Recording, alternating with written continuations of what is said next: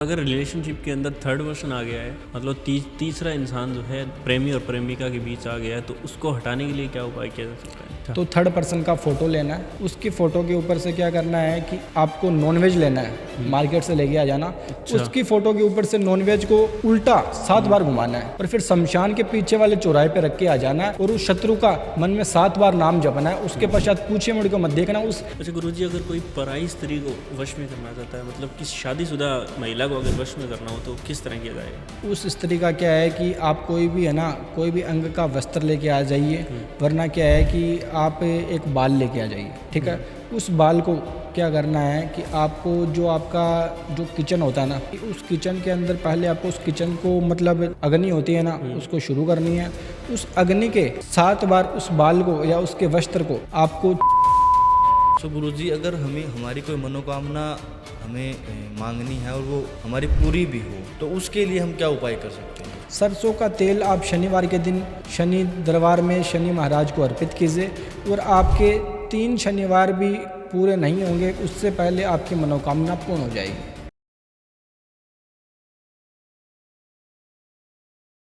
नमस्कार। इस पॉडकास्ट में जितने भी ज्योतिष, अंक ज्योतिष और तंत्र विद्या के उपाय या टोटके हैं, वे सिर्फ सामान्य जानकारी के लिए हैं। इन्हें अपनाना या किसी भी सेवा के लिए पैसे देना पूरी तरह आपकी जिम्मेदारी होगी। इसके अच्छे या बुरे परिणाम की जिम्मेदारी भी आपकी ही होगी। अगर आपको कोई नुकसान, फायदा, मानसिक या भावनात्मक असर होता है, तो उसके लिए द डार्क वर्स, इसके निर्माता या टीम का कोई भी सदस्य है या होस्ट, इसका कोई भी जिम्मेदार नहीं होगा। तो कृपया कोई भी बड़ा फैसला लेने से पहले खुद सोच समझकर निर्णय लें और ज़रूरत पड़े तो किसी एक्सपर्ट की सलाह लें। जय श्री महाकाल। दोस्तों, एक बार फिर स्वागत है द डार्क वर्स पे, जहां हम बात करते हैं तंत्रा से रिलेटेड जितनी भी खतरनाक से खतरनाक एंटिटीज़ होती है, वो किस तरीके से सिद्ध की जाती है और किस तरीके से वो काम करती है, इन्हीं सब पर चर्चा करते हैं। और आज का जो हमारा स्पेशल टॉपिक रहेगा वो रहेगा वशीकरण, तंत्र मंत्र और उनके उपाय। आज के जो हमारे स्पेशल गेस्ट हैं शिव साधक जी, स्वागत करते हैं उनका और उनसे जानते हैं जो भी हमारे जीवन में आने वाली समस्या हैं, उनके उपाय और तंत्र जो है एक्चुअल में किस तरीके से काम करता है। So welcome sir. जय श्री महाकाल। जय श्री महाकाल। जय श्री महाकाल। कैसे हो सर आप? बढ़िया, एकदम बढ़िया। आप बताइए, आप कैसे हो? बढ़िया सर, बढ़िया। आपने साधक बनने का निर्णय कैसे लिया सर? मैंने साधक बनने का निर्णय इसलिए लिया है क्योंकि क्या है कि देखो, तंत्र विद्या के अंदर क्या है कि 10 महाविद्या होती है। अच्छा। 10 महाविद्या के अंदर क्या है कि सबसे जो प्रमुख मेन विद्या है वो होती है, मतलब 10 महाविद्या में सबसे प्रमुख मेन विद्या है वो है 8वीं महाविद्या माँ बगलामुखी। अच्छा। हाँ। वो हिमाचल कांगड़ा में स्थित, आपको पता ही होगा। और मेरा जन्म कांगड़ा में ही हुआ है। मैं हिमाचल का हूँ। अच्छा। तो क्या है कि मैं वहीं से हूँ और वहाँ पे क्या है कि हवन वगैरह की मैं वैदिक काम भी करता हूँ और मैं सात्विक भी करता हूँ और तामसिक भी करता हूँ। तो इस प्रकार मैंने तंत्र को चुना है और मान लीजिए तंत्र ने मेरे को ही चुना है, मैंने तंत्र को नहीं चुना। अच्छा जी, मतलब कहीं ना कहीं शुरुआत में ही आपको आभास होने लगा कि मैं इस चीज़ के लिए बना हूँ। जी बिल्कुल, क्योंकि जो भी बगलामुखी माँ की आराधना करता है वो तंत्र से डायरेक्ट जुड़ जाता है। अच्छा, बगलामुखी माँ की मान्यता इतनी कैसे है, तंत्र की से जुड़ी है? जो वो इसलिए है क्योंकि क्या है कि आपने सुना होगा या देखा होगा, कोई भी राजनीति में है या अभिनेता है, अगर वो राजनीति में है और उसने अगर माँ बगलामुखी के मंदिर नहीं गया और उसने मत्था नहीं टेका, तो वो रातों रात उसकी सरकार गिर जाती है। अच्छा। क्योंकि वो इस प्रकार है, क्योंकि तंत्र के अंदर 8वीं जो विद्या है वो है माँ बगलामुखी, और बगलामुखी को पीताम्बरा भी कहा जाता है। उसका अर्थ ये है कि अगर किसी के भी जीवन में कोई भी उतार चढ़ाव हो रहा है और आप चाहते हो कि सब कुछ सही हो जाए, तो आप पीले कलर के कोई भी चोले ले लीजिए, वरना पीला कलर का कोई भी वस्त्र ले लीजिए और शुक्रवार के दिन आप माँ बगलामुखी चले जाइए और वहाँ पे आपको जो आभूषण होगा उससे आपका मन प्रफुल्लित होगा और आपके जीवन के अंदर कोई भी प्रॉब्लम है तो उसका सोल्यूशन पक्का होगा। अच्छा, माँ बगलामुखी के बारे में थोड़ा सा और जानना चाहूँगा, किस तरह की देवी है वो? बगलामुखी माँ क्या है कि जगदम्बा का दूसरा रूप है। क्योंकि देखो, वैसे कहा जाए तो 52 होती है और वैसे कहा जाए तो 108 होती है, लेकिन सबकी एक ही जननी है, उसे हम जगदम्बा बोलते हैं। और जगदम्बे माँ बगलामुखी को हम सात्विक भी मानते हैं और वैसे देखा जाए तो तामसिक भी होती है। क्योंकि कई जो होते हैं, जैसे कि मैं हूँ, तो मैं क्या है कि साधक और तांत्रिक दोनों हूँ। तो मैं क्या है कि सात्विक काम भी करता हूँ और तामसिक काम भी करता हूँ। जो सात्विक होते हैं वो वैदिक होते हैं, जैसे कि हवन से निपट जाते हैं। जो हवन से नहीं निपटता तो उसके लिए 10 महाविद्या में सबसे ऊपरी जो विद्या है वो माँ काली भी है, तो उसका भी निर्णय लेता हूँ। जो बगलामुखी माता है उन्हें शत्रुनाशक देवी भी बोला जाता है, तो क्या वो शत्रु का पूरी तरह से विनाश करते हैं? जी बिल्कुल, माँ बगलामुखी शत्रु विनाशक है। वो इस प्रकार है क्योंकि उनके गले में मुंडों की माला भी है और कहा जाता है कि वो शत्रु का विनाश नहीं, शत्रुओं को खा जाती है। अगर कोई आपके साथ बुरा कर रहा है या कर रही है तो माँ बगलामुखी उसको चैन से नहीं बैठने देगी। अच्छा, बिल्कुल। तो किस तरह की सिद्धियां जो है मिलती है माँ बगलामुखी की साधना से? बगलामुखी की साधना से, ये बगलामुखी खुद एक साधना है, ये खुद एक 10 विद्या में से एक सबसे ऊपरी महाविद्या है। इसको पाने के लिए है ना, कम से कम आपको 3 से 4 साल छोड़ने पड़ेंगे, आपको विद्या में देने पड़ेंगे और आपको जाना पड़ेगा, फिर ही आपको ये महाविद्या मिल सकती है। इसके बिना कुछ नहीं है। इसके बिना अगर आप कितना भी कुछ भी कर लो, इसके बिना कुछ नहीं मिल सकता आपको। अच्छा, तो ये जो 10 महाविद्या हैं उनमें से बगलामुखी माँ ही तंत्र से जुड़ी है या बाकी भी है? नहीं, तंत्र से वैसे जुड़ी जाए तो 10 महाविद्या है, लेकिन प्रमुख महाविद्या जैसे कि फर्स्ट नंबर पे आती है माँ काली, ठीक है, उसके बाद आती है कामाख्या, ठीक है, उसके बाद आती है पीताम्बरा और फिर आती है कामाख्या। मतलब मेन मुख्य 10 विद्या, लेकिन 4 से 5 है ना, ये तंत्र से खास रिलेटेड है। अच्छा, माँ कामाख्या की भी प्रसिद्धि है पूरी? जी बिल्कुल, माँ कामाख्या इस प्रकार है कि मैंने तंत्र शुरू करा था ना, तो क्या है कि माँ मतलब कामाख्या में क्या है कि कामाख्या के अंदर 3 दिन है ना, जो मंदिर के बाहर से जो नदी निकलती है ना, वो क्या है कि खून से लथपथ हो जाती है। अच्छा। और वही जो टाइम पीरियड होता है ना, वो तंत्र का मेन मुख्य माना जाता है। उसी में सारे तंत्र क्या होते हैं कि वो खंडित होते हैं। मैंने सुना है कि वशीकरण के लिए सबसे ज्यादा कामाख्या माँ ही जो ब्लड होता है वो सबसे पावरफुल वशीकरण होता है उससे। जी बिल्कुल, उससे इस प्रकार भी होता है क्योंकि कामाख्या के अंदर क्या है कि हर एक दिन सुबह हो चाहे रात्रि हो, वहाँ पे क्या है कि हर एक दिन 108 भैंसे की बलि दी जाती है। अच्छा, बिल्कुल हमेशा? बिल्कुल हमेशा नहीं, सुबह और दोपहर, मतलब कि दिन के अंदर 2 टाइम वहाँ बलि दी जाती है। बिल्कुल, भैंसों की बलि दी जाती है क्योंकि जो कामाख्या माता का मंदिर है ना, उसके लिए मैं आपको पहले ये बात बता दूँ, वो तंत्र का महासागर है। अगर किसी को भी तंत्र से रिलेटेड कुछ भी जानना है या तांत्रिक बनना है, कुछ भी बनना है ना, तो उस इंसान को कामाख्या जाना ही होगा। उसके बिना कुछ नहीं है, तंत्र तो है ही नहीं। और जो बोलता है मैंने तंत्र हासिल करा और मैं कामाख्या नहीं गया, तो वो फ्रॉड है। अच्छा जी बिल्कुल। तो और कामाख्या माता की सिद्धि करके कौन कौन सी सिद्धियाँ जो और क्रियाएं जो हैं हम कर सकते हैं कामाख्या से रिलेटेड? जैसे कि मान के चलिए कोई भी है ना, जैसे कि मान के चलिए आपको आपके घरेलू कलेश है, जैसे आपका लव प्रॉब्लम है या सोतन से, मतलब A to Z प्रॉब्लम का सॉल्यूशन हो जाता है। लेकिन उसके लिए आपको कामाख्या दरबार जाना होगा और वहाँ पे बहुत सारे तांत्रिक साधक रहते हैं। बट वहाँ पे जाके अगर आप कोई भी आपको दिक्कत है और वहाँ आप अपने नाम से या अपने शत्रु के नाम से जो बलि चढ़वा दोगे, तो आपकी जो प्रॉब्लम है उसका सॉल्यूशन ज़रूर होगा। अच्छा, माँ कामाख्या और जो माँ बगलामुखी है जी, उनको खुश करने के लिए क्या क्या उपाय हम कर सकते हैं? उनको खुश करने के लिए क्या करना है कि आपको हर शुक्रवार अगर आपके घर में माँ पीताम्बरा जैसे कि माँ बगलामुखी या फिर जैसे देखा जाए तो कामाख्या की फ़ोटो हो तो बहुत अच्छी बात है, ना हो तो आप फ़ोटो फ्रेम बनवा लीजिए और उनके सामने माँ कामाख्या का जिक्र कीजिए और उनके सामने है ना एक धुई होती है वो जला दीजिए। माँ आपसे प्रसन्न हो जाएगी साक्षात। बिल्कुल, क्योंकि कहा जाता है कि देखो सबसे बड़ी कोई शक्ति है ना, तो वो शिव से भी बड़ी शक्ति जगदम्बा है। और जगदम्बा एक माँ है और माँ जो होती है ना, वो सबसे जल्दी प्रकट होती है और सबसे ज़्यादा जल्दी सुनती है वो। अच्छा, तंत्र के अंदर जो तांत्रिक होते हैं वो काल भैरव की भी साधना करते हैं? जी बिल्कुल, काल भैरव भी साधना है। वो किस तरीके की साधना होती है? वो किस प्रकार है कि भैरव क्या है कि तंत्र को पास नहीं आने देता। जैसे कि मान के चलिए कोई भी बच्चे पे या कोई पे भी किसी पे भी कैसी भी कोई दिक्कत है, तो काल भैरव क्या है कि काल भैरव के आगे 2 क्या है कि जो कुत्ते होते हैं उनके वो वाहन होते हैं, तो 2 आगे होते हैं 2 पीछे होते हैं, ठीक है। तो वो क्या है कि तंत्र से है ना उसको क्या है कि बचाता है। तो आपने प्रेत आत्माओं को भी सिद्ध कर रखा होगा? जी बिल्कुल। कौन कौन सी प्रेत आत्माएं हैं? मेरे पास क्या है कि सबसे बड़ी जो प्रेत आत्मा है वो है ब्रह्म राक्षस। और ब्रह्म राक्षस एक ऐसी चीज है कि उस जो अगर ब्रह्म राक्षस अगर हमारे पास है ना, तो दुनिया का कोई भी कैसा भी काम हो, लव प्रॉब्लम, वशीकरण या एनीथिंग कुछ भी हो, सिर्फ और सिर्फ 3 दिन के अंदर आपकी प्रॉब्लम का हल जरूर होगा, और वो भी ब्रह्म राक्षस की तंत्र विद्या से। ब्रह्म राक्षस ब्रह्म राक्षस काफ़ी पावरफुल एंटिटीज मानी जाती है, हमने भी काफ़ी बार सुना है। तो आपके माध्यम से थोड़ा और जानना चाहूँगा ब्रह्म राक्षस के बारे में। किस तरह सिद्ध होती है इसको? इसे सिद्ध करने के लिए शमशान में जाना होता है, और शमशान में जाने के पश्चात क्या है कि आपको मदिरा मतलब दारू, चिकन और मतलब कहने का अर्थ ये है कि देखो जो सात्विक होता है ना वो कुछ नहीं चाहिए, हमें तामसिक भोग देना होगा। उसके पश्चात जो भी आत्माएं आएगी और आपको बोलेगी मुझे ये दे दे, आपको कुछ नहीं देना। उसके बाद ब्रह्मा राक्षस आएगा और आपको बोलेगा ये मुझे दे दे और तेरा कोई भी काम करवा ले। उसके पश्चात आपको 378 मंत्र होते हैं, उनका जाप करने के पश्चात उन ब्रह्मा राक्षस को क्या होता है कि वाणी में लिया जाता है, मतलब वचन लिया जाता है। उसके पश्चात वो सिद्ध होता है। अच्छा, सिद्ध हो जाता है। जी बिल्कुल, वो सिद्ध हो जाता है। और फिर उससे कोई भी काम करवा उससे सकते हैं। कोई भी काम करवा सकते हो, लेकिन अगर वो सिद्ध नहीं हुआ और वो आपके पीछे हो गया तो आपका भी जो खात्मा हो सकता है और आपकी जान को आफत आ सकती है। मतलब मृत्यु भी हो सकती है। बिल्कुल मृत्यु भी हो सकती है। ब्रह्मा राक्षस कोई छोटी एंटिटी नहीं है, बहुत बड़ी एंटिटी है वो। अच्छा, आपने क्या क्या कौन कौन से केस सॉल्व किए हैं इस एंटिटियों से? मैंने लव प्रॉब्लम, वशीकरण, सोतन से छुटकारा, गृह क्लेश, ब्रेकअप प्रॉब्लम, मैंने बहुत सारी प्रॉब्लम का सोल्यूशन करा। अच्छा, घर के अंदर अगर कोई प्रेत आत्माओं का वास हो गया है तो उससे छुटकारा किस तरह मिलेगा?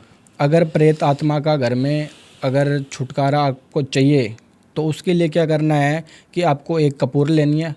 उस कपूर को क्या है कि पूरे घर के अंदर है ना 7 बार लेके घूमना है। उसके पश्चात उसके ऊपर एक लौंग रखना है और शनिवार के दिन रात्रि में उस मतलब जो धूप मतलब जो कपूर है उसको जला देना है। उसके पश्चात आपको पता चल जाएगा कि घर के अंदर कोई एंटिटी है कि नहीं है। अगर होगी तो जो लौंग रखा है वो भी जल जाएगा और नहीं होगी तो लौंग नहीं जलेगा।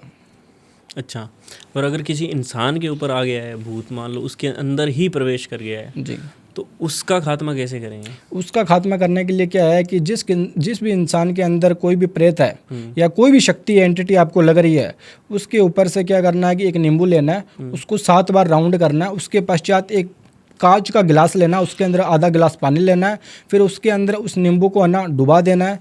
उसके बाद आपको क्या करना है कि उस नींबू को शनिवार के दिन रात्रि में छत के ऊपर खड़े होने के पश्चात आपको क्या करना है कि उस बंदे का नाम लेना है और उस जल को प्रभावित करना है। उससे क्या होगा कि जो भी एंटिटी है ना वो आपके घर से बाहर चली जाएगी।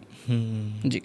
सो गुरुजी, वशीकरण की अगर हम मेनली बात करें तो माँ कामाख्या का सिंदूर होता है, उससे भी हमने बहुत पावरफुल वशीकरण सुना है। क्या उससे भी होता है, जिसे काम या सिंदूर भी बोलते हैं? जी बिल्कुल, उससे भी होता है। लेकिन देखो कामाख्या में क्या है कि कामाख्या एक खुद सागर है, उससे कोई सिंदूर की ज़रूरत नहीं है। अच्छा, ठीक है ना। अगर आप कामाख्या में बैठे हो और आप कोई भी सिद्धि पाना चाहते हो और आपके मन में श्रद्धा और भावना है तो माँ जरूर सिद्ध होगी। अच्छा, बिल्कुल जरूर सिद्ध होगी, ये मेरी गारंटी है। सो गुरुजी, अगर हम वशीकरण की मेनली बात करें तो अगर किसी इंसान को हमें आकर्षित करना है अपनी ओर, तो हम उसके लिए क्या उपाय कर सकते हैं? अगर किसी भी इंसान को आपको आकर्षित करना है तो जिस किसी भी इंसान को आकर्षित करना है उसका एक फ़ोटो लीजिए, उसके पीछे उस इंसान का नाम लिखिए। फिर आपको क्या करना है कि एक है ना जो शहद होता है ना, शहद की बोतल लानी है। उसके अंदर क्या है कि पूरी रात आपको उसकी मतलब बोतल के अंदर है ना वो फ़ोटो डाल देनी है और उसके बाद क्या करना है कि उस फ़ोटो को निकालनी है और वॉशरूम के अंदर जाके जला देनी है। उससे वो इंसान आपकी और 24 घंटे के अंदर एकदम ऐसे अट्रैक्टिव हो जाएगा जैसे जो मछली होती है ना वो बिना पानी की कैसे तड़पती है, वो आपके बिना बिल्कुल भी नहीं रह पाएगा। अच्छा, और अगर कोई लड़की चाहती है किसी लड़के को वश में करना, तो किस तरह का वशीकरण किया जाएगा? उसके लिए आप कौन से भी वशीकरण करवाते हो, क्योंकि वशीकरण अनेक प्रकार के होते हैं। मनमोहिनी, तीव्र वशीकरण, अल्पगामी वशीकरण, बहुत सारे वशीकरण है। जो आप चाहो वो करवा सकते हो, लेकिन उसके लिए अगर मन में श्रद्धा भावना है तभी होगा, अन्यथा हमारे पास ना आए, मैं किसी का भी काम नहीं करूँगा। अच्छा, क्या टोटका होगा इसके लिए? बिल्कुल, उसके लिए टोटका यही है कि आपको क्या करना है कि सिंदूर लेना है और लड़के की फ़ोटो लेनी है, उस पर 7 तिलक करने हैं। तिलक करने के पश्चात क्या करना है कि जो जहाँ पे वो लड़की सोती है ना, जो जिसे सिराना बोलते हैं, पिल्लो बोलते हैं, उसके पीछे रख लेना है। और फिर उसे क्या करना है, इस फ़ोटो को क्या करना है कि अपने जो बैग होता है, जिसे मतलब बैग जो होता है ना लड़कियों के, उसके अंदर रख लेना है और 3 दिन के अंदर वो लड़का सामने से आएगा। अच्छा, बिल्कुल, मात्र 3 दिन में? 3 दिन के अंदर। सो गुरुजी, इसी तरीके से अगर हमें किसी जल्दी से जल्दी किसी को वश में करना हो तो उसके लिए क्या उपाय कर सकते हैं? उसके लिए आपको क्या करना है कि अगर किसी भी इंसान को वश में करना है ना, तो या तो उस बंदे का बाल ले लीजिए, वरना कोई भी एक ऐसा वस्त्र ले लीजिए जो आपके पास मिल जाए।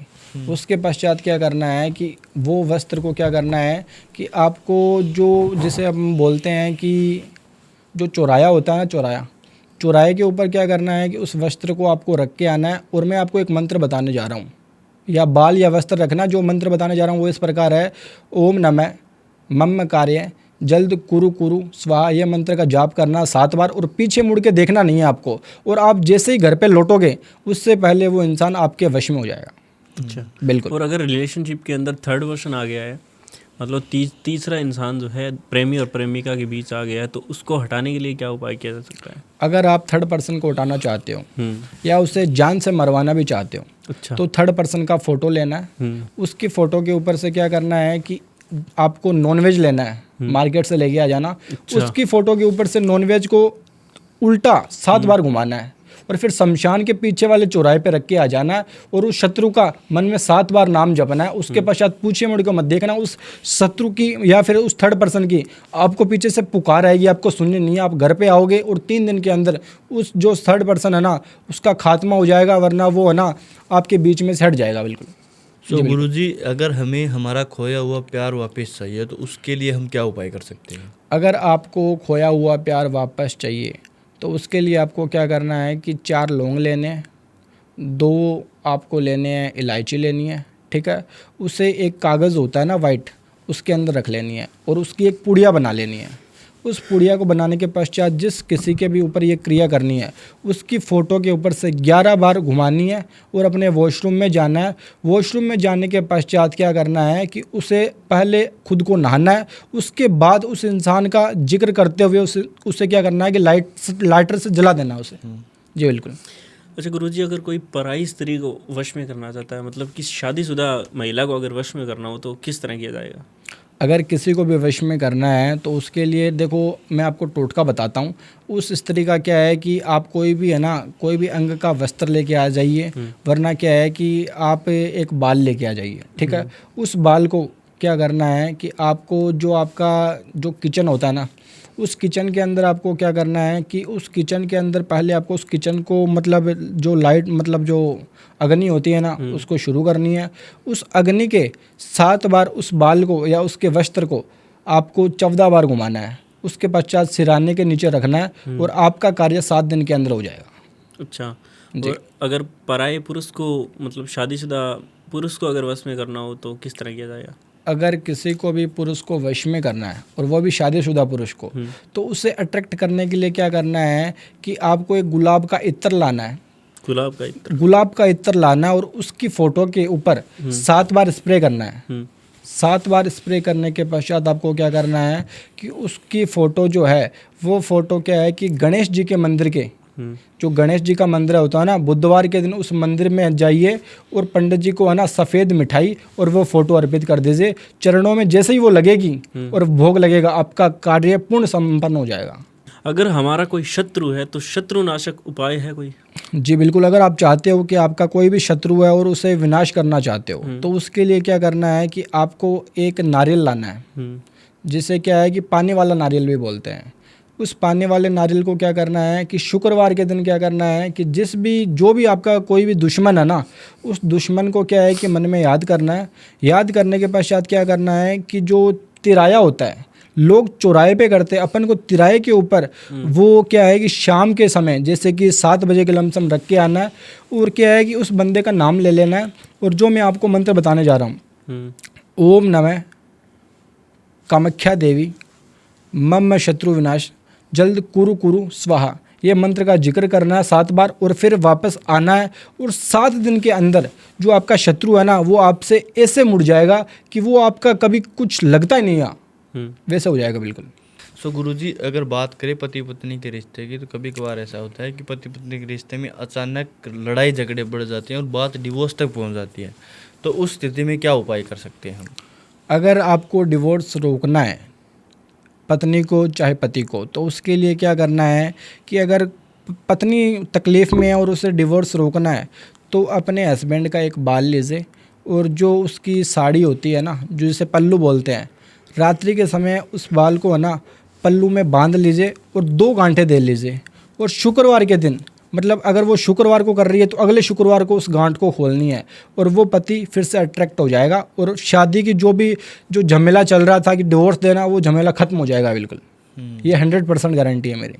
और पत्नी को अगर वश में करना हो तो किस तरह किया जाएगा? अगर आप अपनी पत्नी को वश में करना चाहते हो और वो रात को सो गई है या सो जाती है, उसके पश्चात आपको क्या करना है कि एक काले कलर का धागा लाना है और जितनी आपकी वाइफ की हाइट है उस हिसाब से वो धागा लेना है और फिर उसे काट लेना है। फिर एक नारियल लाना है, उस नारियल को उस जो धागा है उसको लपेट लेना है काले कलर के धागे को, ठीक है। फिर उसे क्या करना है कि आपके घर के बाहर जाना है और अगर पीपल का कोई वृक्ष है उसके नीचे क्या है कि उसको गाड़ देना है, बट शाम के टाइम गाड़ना है। उससे क्या होगा कि आपकी पत्नी आपके अट्रैक्ट हो जाएगी और आपकी पत्नी आपके ऐसे वश में हो जाएगी कि वो आपके बिना है ना कुछ सोचना भी डिफेंड नहीं करेगी, सिर्फ आपको चाहेगी। अच्छा जी बिल्कुल। और पति अगर बाहर एक्स्ट्रा मैरिटल अफेयर में चला गया और बात नहीं मानता है पत्नी की, तो उसको बात मनवाने के लिए वो जैसा पत्नी कहे वैसा करे, इसके लिए क्या वशीकरण कर सकते हैं? जी बिल्कुल, इसके लिए क्या है कि सबसे जो पावरफुल वशीकरण है वो है मनमोहिनी वशीकरण, लेकिन उसके बिना कुछ नहीं हो सकता। अगर उसे करना है तो कम से कम 7 दिन का समय लगेगा।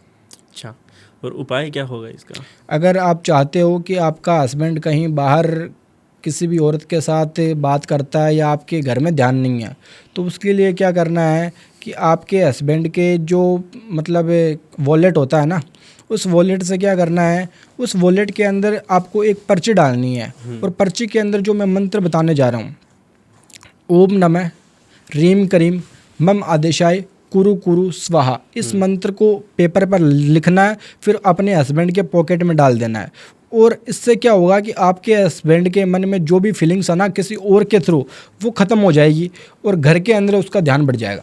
गुरुजी, अगर कोई प्रेम विवाह करना चाहता है और उसमें थोड़ी बाधा आ रही है तो क्या उपाय कर सकते हैं वो?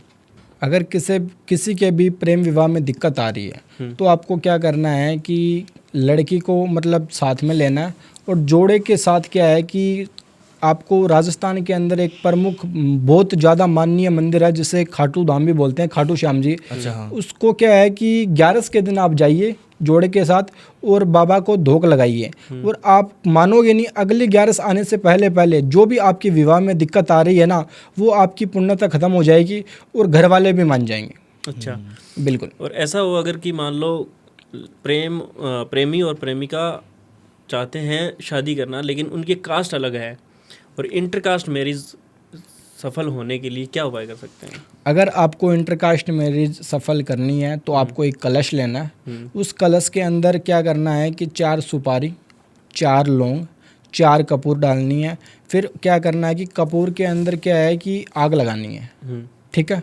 आग लगाने के पश्चात क्या है कि जो लड़के का घर का जो पिछला जिसे अपन बोलते हैं कि जो मुख्य दरबार होता है ना उसके अपोजिट जो पीछे की दीवार होती है ना, रात्रि में उसे जगा देना है और लड़की को मन में याद करके सो जाना है, ठीक है। ये कार्य आपको 11 दिन तक करना है और लड़की इंटरकास्ट मैरिज में है तो वो उसके घर वाले डेफिनेटली तैयार हो जाएंगे शादी के लिए। जी बिल्कुल। सो गुरुजी, इसी तरीके से अगर किसी व्यक्ति की शादी नहीं हो रही है, काफ़ी एज हो जाती है, तो उसके लिए हम क्या उपाय कर सकते हैं? अगर किसी की शादी की उम्र निकल गई है तो उसे क्या करना है कि एक केले का वृक्ष ढूंढना है, मतलब केले के वृक्ष के पास जाना है और आपको क्या करना है कि ये काम सुबह करना है, स्नान करके करना है और वहाँ पे 7 बुधवार के दिन करना है। एक दीपक लेना है, घी का लेना है।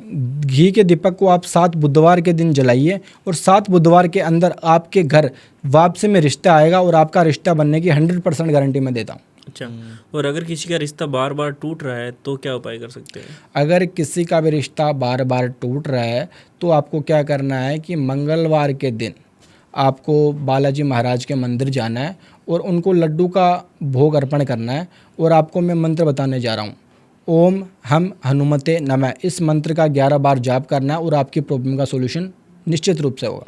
अच्छा गुरुजी, मैंने संभोग वशीकरण के बारे में काफ़ी सुना है। जी, वो किस तरह से किया जाता है? कौन कौन सी क्रियाएं जो उसके अंदर यूज़ होती हैं?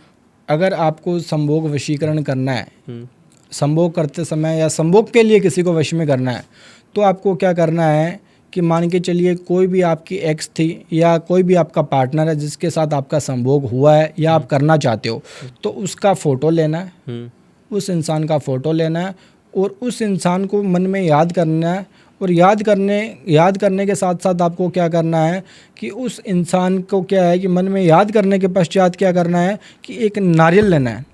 उस नारियल को उसकी फ़ोटो के ऊपर से 7 बार घुमाना है, ठीक है।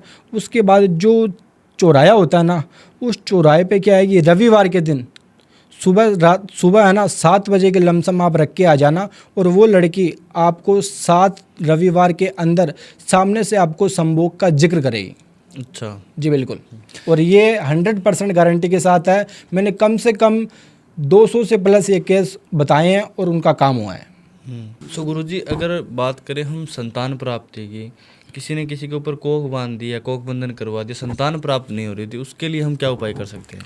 अगर किसी के भी संतान प्राप्ति नहीं हो रही है और किसी की कोख बांध दी गई है, तो उसे क्या करना है कि जिस भी मतलब लेडीज़ की कोख बंधन हुई है ना, उसके ऊपर से क्या करना है कि एक लाल कलर की साड़ी लेनी है। साड़ी के ऊपर क्या करना है कि जो कंगन होते हैं ना, कंगन लेने हैं। उसकी जो कोक होती है ना, उसकी कोक के ऊपर से 11 बार एंटी क्लॉकवाइज ये चीज़ें घुमानी है। और आपको क्या करना है कि चौराहे के ऊपर है ना, रविवार के दिन सेम प्रोसेस करनी है, रख के आनी है। बट साड़ी के ऊपर आपको एक दीपक जला के आना है, ठीक है। और ये क्रिया कम से कम आप 11 बार 11 कंटिन्यू रविवार कीजिए। जो भी लेडीज़ की कोख बंधन की गई है वो डेफिनेटली टूट जाएगी, और मानोगे नहीं, कम से कम 1.5 महीने के अंदर आपको शुभकामनाएं मिल जाएगी कि वो औरत प्रेग्नेंट है। सो गुरुजी, अगर इसी तरीके से अगर हमारे काम कारोबार को किसी ने बांध दिया, काम कारोबार में हमारी दिक्कत आ रही है, चलता चलता बिजनेस अचानक ठप होने जा रहा है, तो उसके लिए हम क्या उपाय कर सकते हैं? अगर किसी के भी काम कारोबार में दिक्कत आ रही है तो आपको क्या करना है कि किसी भी, जैसे कि आपको कहीं पे भी क्या है कि साधारण तौर पे किन्नर मिल जाती है, तो क्या करना है कि किन्नर का आशीर्वाद लेना है। और किन्नर को क्या है कि 100, 200, 500 रुपये देने हैं, और उससे 1 रुपये का सिक्का लेना है।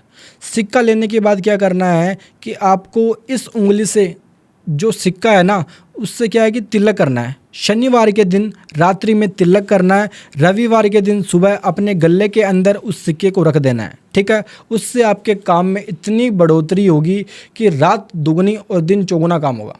और अगर हमारी कोई छोटी शॉप है, छोटा कोई बिजनेस है, उस पर हम ये चाहे कि ग्राहकों की लाइन लग जाए, तो उसके लिए क्या उपाय कर सकते हैं? उसके लिए आपको क्या करना है कि आपके दुकान के बाहर कोई भी अगर गरीब इंसान आता है या कोई भी भिक्षुक आता है, तो उससे क्या करना है कि केले दान करने हैं। और आप केले दान करोगे तो आपका काम कारोबार बहुत अच्छा चलेगा। जी बिल्कुल। सो गुरुजी, अगर हमें हमारी कोई मनोकामना हमें मांगनी है और वो हमारी पूरी भी हो, तो उसके लिए हम क्या उपाय कर सकते हैं? अगर आपको कोई भी मनोकामना पूर्ण करनी है और जल्द से जल्द पूर्ण करनी है, तो उसके लिए आपको क्या करना है, शनिवार के दिन जाना है और सरसों का तेल लेके जाना है। सरसों का तेल आप शनिवार के दिन शनि दरबार में शनि महाराज को अर्पित कीजिए, और आपके 3 शनिवार भी पूरे नहीं होंगे, उससे पहले आपकी मनोकामना पूर्ण हो जाएगी। गुरुजी, अगर किसी के ऊपर नज़र दोष हो गया है तो उसके लिए क्या कोई उपाय निवारण है उसका?